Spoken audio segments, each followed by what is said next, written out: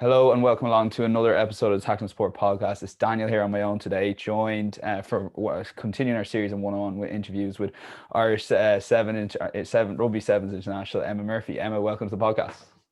Hey, thanks very much for having me. No worries, Emma. Thanks a million for coming on. Suppose give a bit of background first to the sport of rugby sevens, I guess, and how did you end up getting involved with it? So basically, I suppose sevens has been around for years, for 20 years or something, but it's really come into, I suppose, the limelight when it became an Olympic sport with Rio 2016. So that's when all the unions, I guess, started to really start pumping money into it, and kind of the World Series developed, especially on the female side.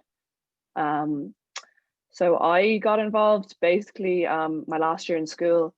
A local rugby club, Rugby Union, did a kind of a schools program, and it was kind of like a mini tournament thing. So I played every sport. I played hockey, soccer, badminton, like anything I could get my hands on, really. Yeah. So I thought I'd give it a go, and ended up really liking it. I started playing for Railway, and then made the Irish schools team the following September. That's kind of how I started off. Yeah, you mentioned a lot of other sports. So what was your first kind of love in terms of sports? Because I think everyone has a similar background. I know myself, GA, I tried soccer, tennis, golf, everything really, to be honest with you. What about yourself? What did you start with? You mentioned a couple of them like badminton and hockey and stuff like badminton. That was to get me out of class.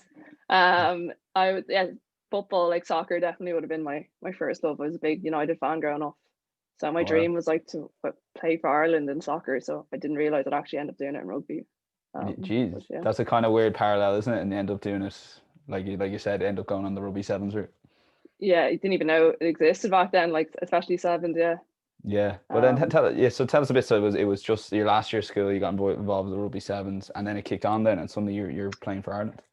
Yeah, so basically I was in the underage team. So I was in the first school girls underage team. And we played in the UK school games. So on my team, like Amy Lee Murphy Crowe would have been on my team, who's she's been on the World Sevens Dream Team, like she's a superstar. Aoife Doyle, another one. So we had a really, really good team. So we ended up coming fourth. So we should have probably got to the final. But we had a drop kick, I think, competition, and we lost on that. So then a few of us got kind of selected to come into camps, and it sort of kind of kicked on from there. It was when I finished school, I got a contract. So was kind of doing sevens full time alongside university. So it was pretty cool, really good opportunity. Yeah, and what was that like to be doing it full time all of a sudden? Because you mentioned just before we came on air, like maybe the pathway wasn't there, and for you, maybe that there is now to that. So like that was probably seemed a million miles away when you were growing up, or even starting on the Irish Rugby Sevens journey to suddenly be able to do it full time alongside. Yeah, the high performance element, like suddenly having S&C coaches and full time access like to physios and having your own programs and stuff. Like I guess when you're growing up and you're just playing sport, you don't really get that whole S&C side. I think it's kind of getting bigger now, but definitely when I was younger, probably you're the same. Like you didn't really have that. Yeah. Especially with your school teams and stuff. So that was a big thing, I suppose. Yeah, well, and all the fitness testing and all that. Yeah, well, it's just on the S&C. Like I've only kind of got into it the last year or two, because I think in general it's got a lot bigger. But like you said, because we're a similar age, like growing up, it wasn't kind of talked about enough, and then I was very ignorant towards S&C. So I guess for you to have that full-time S&C program, you were kind of looking at all this stuff, probably going, "This is amazing!" Like, why didn't people tell me this before? It was class. Like, yeah, it was really like great education to get in general. Anyway, yeah. So, like all my friends are always asking me for gym programs. I can tell them I'm not a qualified S&C. yeah, but here's the program I'm on. Yeah, exactly. And you mentioned like sport in terms of how important it is to you. You kind of like looking upon now, like at the wider picture in terms of, like you mentioned before, in terms of pathways. There definitely seems to be a lot more done to encourage participation, both male and female, across the country. Yeah, definitely, and especially I suppose with the whole 2020 campaign that was going on this year, there's definitely been a big push, and even like media side as well. Like I definitely growing up when I was watching like RT News, there was very little female sport and role models. So now there's so many, it's great. It's just girls are getting role models, I guess. Yeah, and there's definitely a lot more opportunities. You touch on some of the trips you've been on with Irish Sevens. So you mentioned to me before we came in again, so you've been to Russia, like so Russia, Japan. Like, what's that like in terms of representing your country, not just at home, which is obviously a massive opportunity, but then going away to these places? What's the camp like? Like, I guess there's a kind of weeks and months build up to it, and then the actual tournament itself then as well. So sevens is it's a funny one. Like it's Mm. actually it's the dream really. So the sevens season kind of kicks off always in Dubai in December. So usually the first weekend of Dubai, so it would have been last weekend. And then it kind of kicks off, and there's so it kind of started with females. So there's 10 World Series for men, and there's kind of grown from 5 to 6 now for women. So that would go on till kind of April, May time, and then there'd be like European events in the summer. Um, so there's a huge amount of travel. Like you kind of go away for say 2 weeks at a time, or if they're back to back, you could be away for a month. And then in the hotels and all, you're staying with the other teams, so it's kind of good. You get a bit of crack from the other teams and stuff, which is nice. It sounds like just a lot of like a lot of tournaments. It's pretty like you mentioned like full time, but it seems a lot of stuff happening in the year. Like you said, the World Series, European events, Dubai, then the start of the year as well. Yeah, like it's a funny one. There's a like a huge amount of recovery. Like that's I suppose a big priority, Mm. just in terms of, and also conditioning and weather. Like you're playing usually in crazy heat. Like we were in Sydney. I think we were playing in January, and it was one of their hottest summers ever. And it's just a big change from like you're trying to climatize like training in December, um, in Dublin, and then suddenly you're playing in like 30-degree heat. Yeah. So yeah, to like they have funny things like the S&C coaches make us wear like 5 layers of clothes to make us sweat more and stuff like that. Are you serious? Just to, Is yeah, this is get us back in ready for Dublin? tournaments. Is this back in Dublin, Yeah, obviously? yeah, back in Dublin, yeah.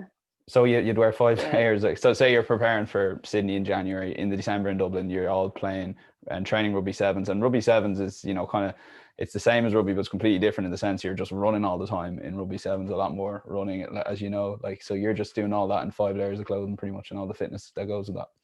Yeah, literally like sevens is awesome. But sevens is a funny sport. Like Yeah. you love it, but when you're like about 3 minutes in, like you're dying. Like it's funny. You're always fatigued. Yeah. You're never fresh. It just looks like, because I've been GA man, so the GA sevens. I've never actually played it, but it just seems so much running and so much. There's just no time to. I guess that's kind of good in a way that you can just kind of focus on just okay, where's the next, where's the next. Where okay, rugby that you can kind of have it. There's sections in there where you can recover and stuff like that. Yeah, like I suppose in sevens you kind of have to be a jack of all trades. Mm. You're not as kind of specific in your role. Whereas in 15s, I guess, if you're a prop and you're in scrums, like that's a big element of your game. Whereas if you're forward in sevens, you're still playing a scrum half, or you're still have to be able to catch, pass, Mm. run. So you kind of have to have an overall skill set. And does rugby sevens, is it always build towards the Olympics, or would it be World Cups, or how, or is there World Cups, or is there just World Series in terms of for rugby sevens, like just for someone that hasn't got a quite background in it? Yeah, so basically, so the Olympics every 4 years, and then the World Cup is also every 4 years as well, and then Mm. there's the World Series as well. So there's a lot of tournaments. And it's just a Um, case. It's just a case like whatever's next, you guys are kind of preparing. But like, what it would be for like, is the Olympics seen as obviously the pinnacle, and maybe World Cup slightly below that, and then the World yeah, Series from there? definitely. I think now the Olympics is there. Like, yeah, it's definitely the pinnacle of the sport, and that's also I guess a drive like for a lot of crossover athletes. So you'd see it like especially in the States. You have maybe obviously to become an Olympic sprinter in the States, you have to be amazing. The competition is ridiculous, but you Mm. could be like top 10, but you're not Olympic level. So you get a lot of those crossover athletes trying sevens, and they're just like they're ridiculous athletes.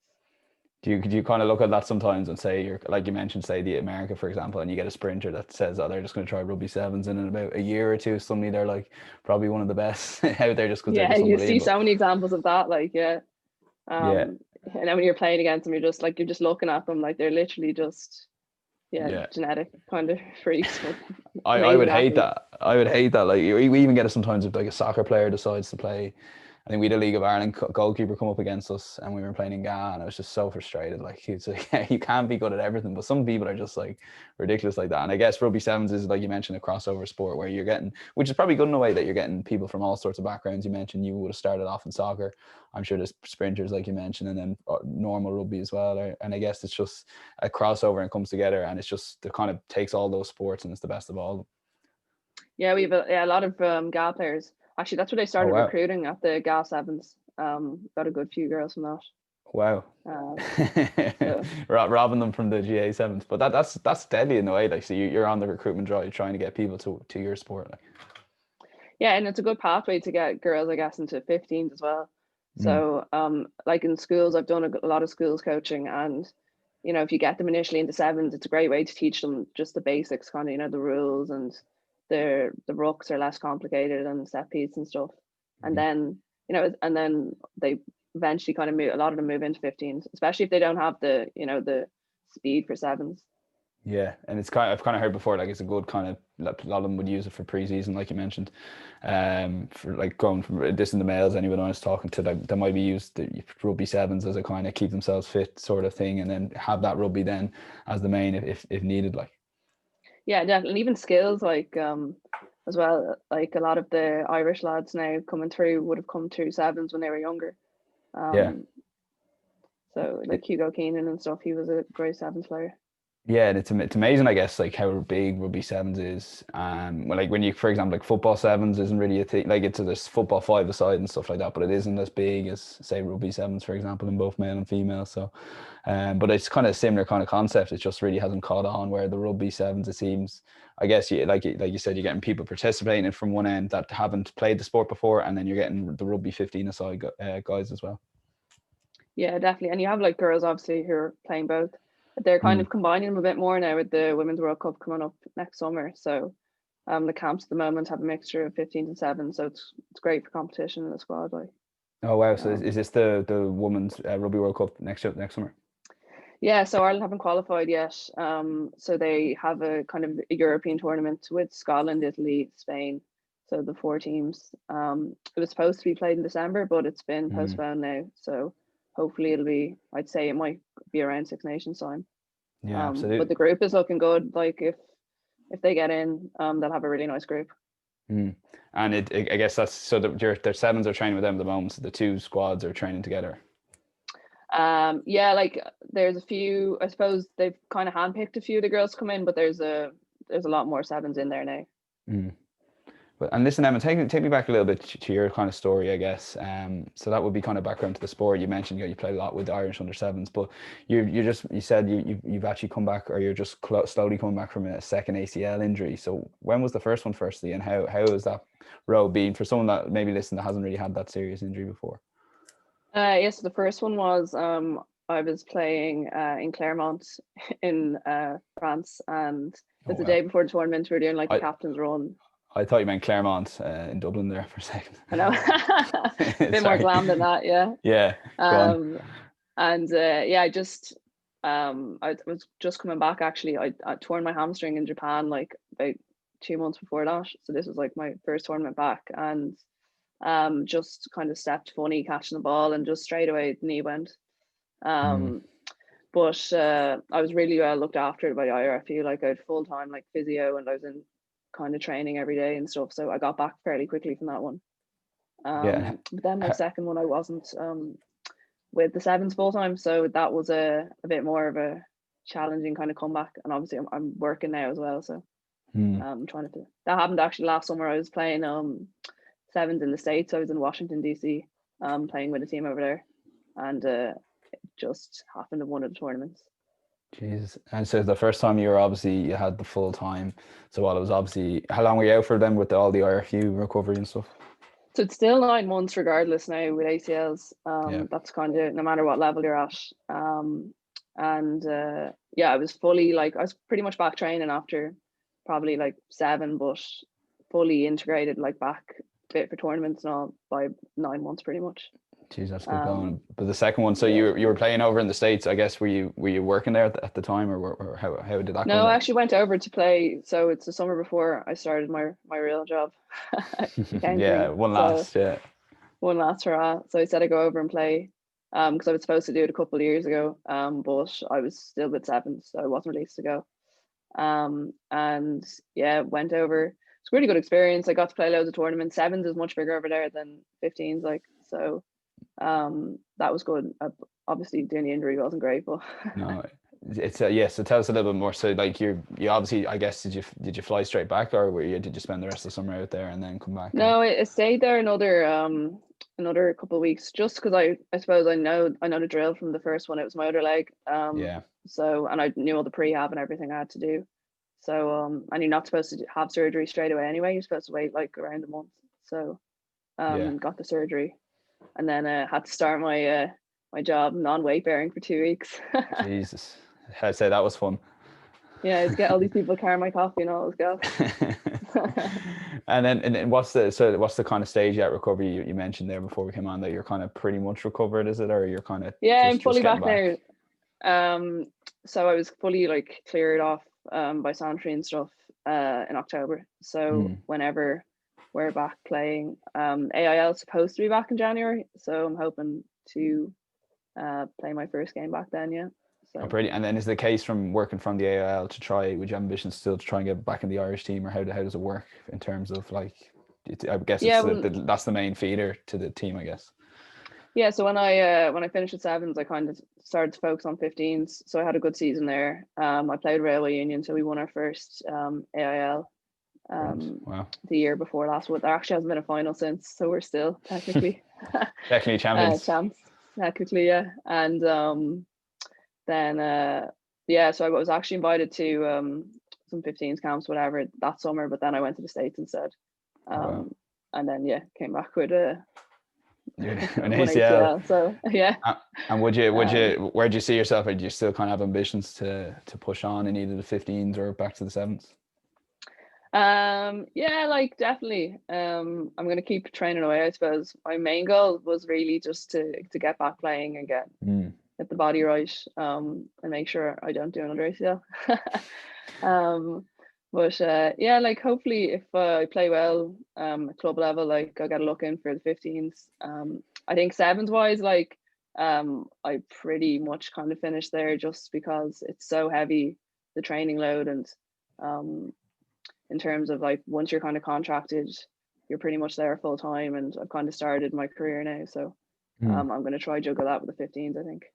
Yeah, I guess it must be the case for a lot of sport athletes, in terms of when they want to keep pushing on. Like you mentioned, you need the rugby sevens or rugby 15s, but you've also got to balance the full-time career there as well. Like you mentioned, the first 2 weeks not being able to barely walk, starting your job is not ideal. It's not ideal at all, no. But it is a balance. I guess a lot of athletes that are at that level, you need to kind of decide, and sometimes maybe an injuries might help to make that decision a little bit easier, I guess. Yeah, that was definitely the case for me. Like, it was kind of like, all right, better actually start working now and having a proper career. But women's 15s, like I suppose, as a similarity would be like GA players at a high level. Like it'd be similar stuff. Like they do all their training and their camps on the weekends and kind of after work. Yeah. So it's juggling all that. It's juggling all that, like you said. One thing I wanted to touch on COVID a little bit with you, but I guess it was probably a blessing in disguise, for the wrong way of phrasing it, with your recovery to get back from the ACL. Yeah, I was going to say that I made the most amount of progress during the first lockdown. Yeah, I've actually got a bit of a home gym behind me. I got that up and running after the first lockdown. Yeah, so very handy. So this is my office / gym. /gym. I think a lot of people were like that, and then the country opened up again, and then when we went back into lockdown, I think they were kind of smug with the like yourselves at the gym. But I guess I suppose it's kind of been a benefit in the way that you were kind of helping recovery, and now you've got everything set up there, I guess, for a home gym / work as well. Yeah, that's it. Yeah, still work from home, so it's handy out, like being able to juggle, I suppose, training and sessions and stuff like that. Yeah. And then one last thing in terms of what I wanted to finish on with, Emma, so I appreciate you coming on. In terms of like someone who's listening that wants to get involved, maybe with the rugby sevens initially, because I know you're back playing with 15s now, but it is a kind of fun sport, and I know a lot of people can play, and there's mixed teams as well, which doesn't happen in most sports. Just on like a Sunday morning or whatever. What's the best way for someone to get involved? I guess now they're back playing with moving back to level 3. Yeah, I'd say definitely contact a local rugby club. I suppose that's your first point of call. Mm. Like sevens in Ireland is very much a summers game, so like there's a lot of tournaments and stuff usually organised in the summer. Like Kinsale Sevens is obviously the big one that people know about. Mm. There's Kilkenny, Tullamore, and they're kind of played on weekends, and they're great crack. Like, and there's a social level, as well as kind of an elite level. So I think contact your local club and they'll be able to give you a bit more information. But like even there's touch rugby too. There's tag. Like it doesn't have, even if you're not into the contact element, there's loads of different ways to get involved. Yeah, we actually had Brian Fitzgerald on near the start of the series, and he's involved in touch rugby. So he's kind of half competing with you guys, half not. But it is kind of all interlinked, and it all is kind of the fun aspect, like you mentioned. But then someone that's half decent at another sport can really kind of, if they knuckle down and they're the right age and they give it a couple of years, can definitely kind of have prospects of representing Ireland all of a sudden. Yeah, no, that's definitely like in our club. Like big example is Lindsay Peach. Like she came down from, I remember her first training session. Like she's obviously like amazing athlete, Yeah. but like she's throwing the ball like a basketball with one hand and all this kind of stuff. And now she's like one of the first people you have on the Irish team. And yeah, she's just celebrated like a big birthday. So, if you're good enough, you'll get there. It doesn't matter at your age. Yeah, and if you kind of like, I guess once you have the physical aspects and the fitness, it's just kind of knuckling down and getting the skills. So, but I guess that comes after training. Yeah, and that's why like the club is such a good place to learn other skills, because I suppose when you go into camps and stuff, there's a lot of pressure and high expectations. So Mm. playing at club level, like you can learn those basics and kind of graft those skills, and then when you get that call up, you're kind of ready to go. Yeah, The absolutely. laws as well, that's a big thing. With a lot, yeah, we could be all day getting into the laws of not just rugby Yeah, sevens, but rugby in general. I know they're having trouble with that recently. But listen, Emma, thanks a million for coming on and the podcast and talk a little bit about rugby sevens and your own career today. And wish you the best luck going forward in whatever you do, be it sevens or 15s. right now, cheers, thanks very much. Cheers. And for those that listen, then please subscribe on the bottom right if you're listening, watching us on YouTube, and get us on social media at Tackling Sport. And all this stuff to say, we'll chat to you tomorrow. We'll be back for Premier League predictions. Thank you.